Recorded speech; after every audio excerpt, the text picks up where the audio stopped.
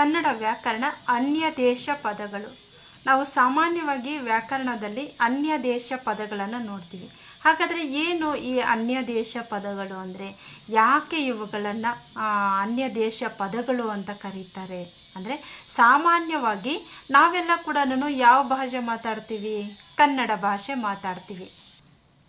ಕನ್ನಡ ಭಾಷೆ ನಾವು ಮಾತಾಡ್ತೀವಿ.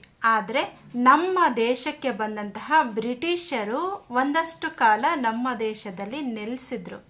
ಓಕೆ, ಇವರು ನೆಲೆಸಿದಂತಹ ಸಂದರ್ಭದಲ್ಲಿ ಇವರ ಭಾಷೆಯ ಕೆಲವೊಂದು ಪದಗಳು ನಮ್ಮ ಭಾಷೆಯ ಜೊತೆಗೆ ಬೆರೆತು ಹೋದವು. ಸಾಮಾನ್ಯವಾಗಿ ನಾವೆಲ್ಲರೂ ಕೂಡ ಈಗ ಅನ್ಯ ಭಾಷೆಯ ಪದಗಳನ್ನು ಬಳಸ್ತಾ ಇರ್ತೀವಿ. ಆ ಕಾರಣಕ್ಕೇ ಇವುಗಳನ್ನು ಅನ್ಯ ದೇಶ ಪದಗಳು ಅಂತ ಹೇಳೋದು. ಗೊತ್ತಾಯ್ತಾ? ಕನ್ನಡ ವ್ಯಾಕರಣ ಅನ್ಯ ದೇಶ ಪದಗಳು ಅಂದರೆ, ಸಾಮಾನ್ಯವಾಗಿ ರೂಢಿಯಲ್ಲಿ ನಾವು ನಮ್ಮ ಮಾತೃಭಾಷೆಯಲ್ಲಿ ಮಾತಾಡ್ತಾ ಇರ್ತೀವಿ. ಬೇರೆ ದೇಶದ ಜನರು ಬಂದು ಇಲ್ಲಿ ನೆಲೆಸಿ ಅವರ ಭಾಷೆಯ ಪದಗಳು ನಮ್ಮ ಭಾಷೆಯಲ್ಲಿ ಬೆರೆತು ಹೋಗುತ್ತೆ. ಆ ಪದಗಳನ್ನು ನಾವು ಬಳಸ್ತಾ ಇರ್ತೀವಿ. ಆ ಪದಗಳನ್ನೇ ಅನ್ಯ ದೇಶ ಪದಗಳು ಅಂತ ಹೇಳೋದು.